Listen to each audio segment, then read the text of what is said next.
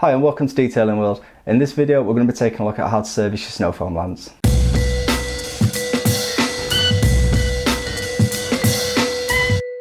So yeah, over time your snow foam lamps will become clogged up and gunked up with grime. That'll just be from, shampoo, snow foam, whatever product it is that you're pushing through your snow foam lamps.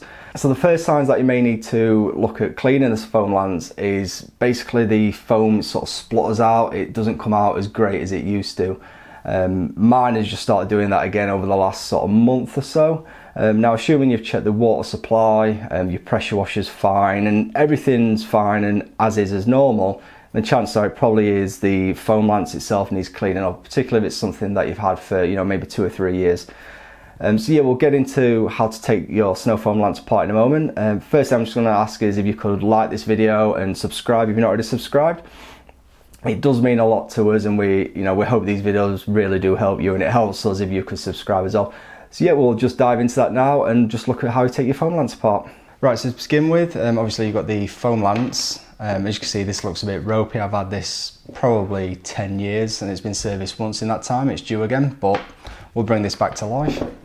And then you just need a few basic tools, so set of pliers, a couple of spanners, they can be adjustables or the correct size, whatever, maybe even mold grips, a screwdriver you need to take the top off, and then something a bit pointy to push the pin out. So we'll start off with a pin first of all. So there's just a little pin here, just on the nozzle. You can push that through, and then with the pliers, just grab that out, and that will then just set that to one side. And that should then let that slide off. So here we can see obviously that is what you adjust for the spray pattern. Mine is facing horizontal, so when I'm foaming, basically my fan comes across, so I might actually change this to get the vertical fan stripe. So yeah, what happens when your snow foam's not coming out quite as well as it used to, there's a little gauze in this bit here, and that's generally clogged up. Sometimes it can also be this pipe as well. So just pop that off of here. Oh, just like that. What I've got here as well, I've got a cleaning solution which is some bicarbonate of soda and some water, so we're just going to be popping things in there for 24 hours. That tub's not big enough for this straw, so I'll put that in another part later on. So yeah, give the straw a good clean out because that will probably build up with some soap residue as well in there. So yes, what I'm going to try and do here is gently prise this O-ring. There we go. Get this O-ring just away here. So get this tiny screwdriver all the way around and just loosen that. There we go. And you can see a little bit of scum's built up around that, and that's what was holding that in just there. So as soon as I've broken that, I could just pop this O-ring off and get that out of the way.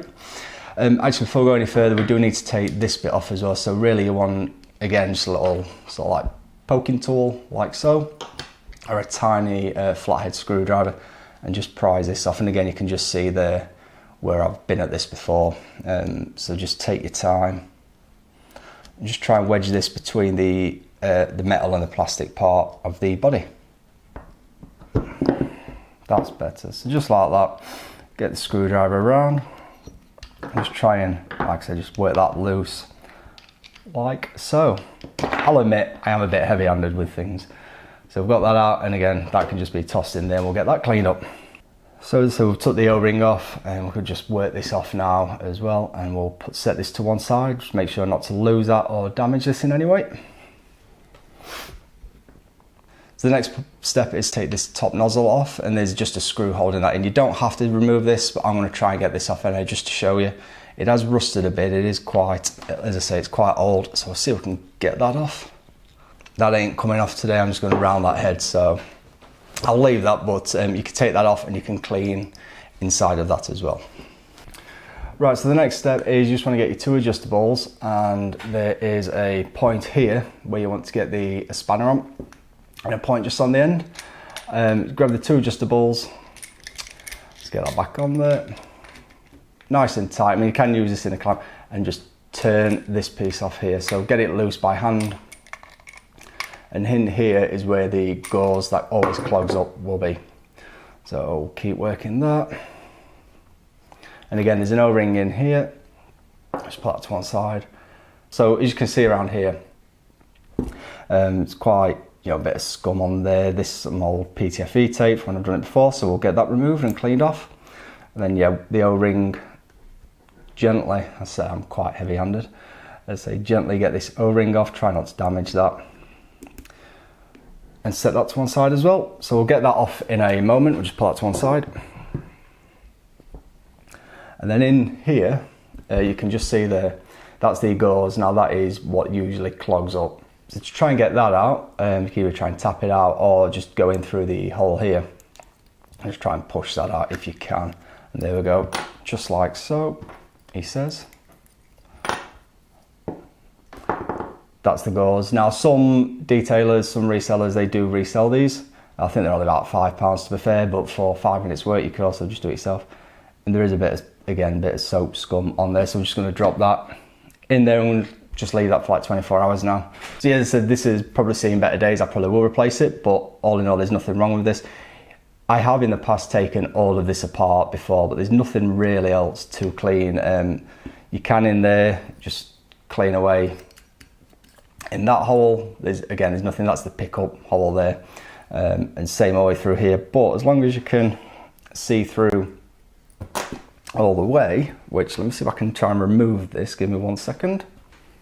So as I say, you can take the rest of this part as well, and again it's just a couple of spanners and just twist them until they work loose. As I say, it's easy with the top nozzle off, but my screw is about to round off on top, so I'm just going to leave that top adjuster, rather, not the nozzle, the top.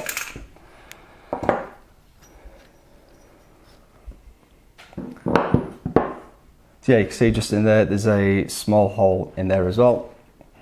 You want to be able to see, make sure you can see all the way through that. And I'll see if you can see.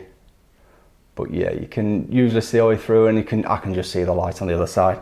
So that's free of any blockages in there, but again, it doesn't hurt. You can drop that in there and let that clean up as well for 24 hours. So we'll just, yep, I think we'll go ahead and we'll drop that in. So yeah, that there is how you clean that up.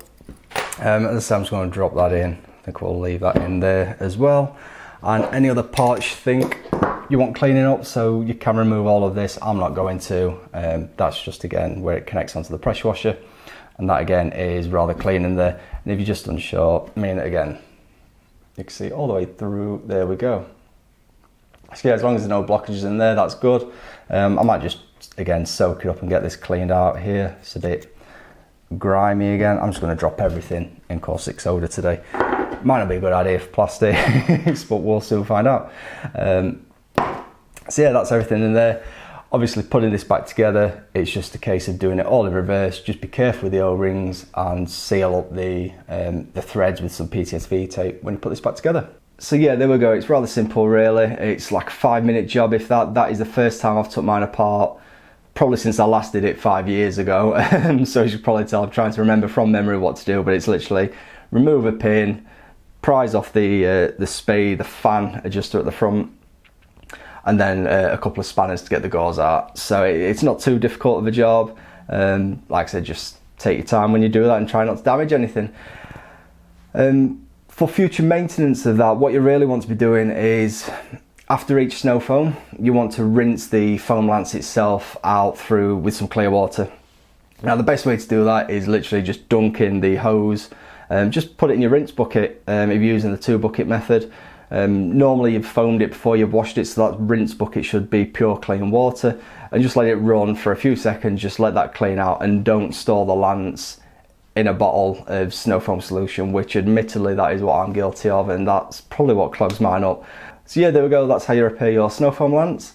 As always, if you've enjoyed this video and you found it useful, then make sure you hit that like button. And if you're not subscribed already, then please consider hitting that subscribe button below and click the bell icon for instant notification.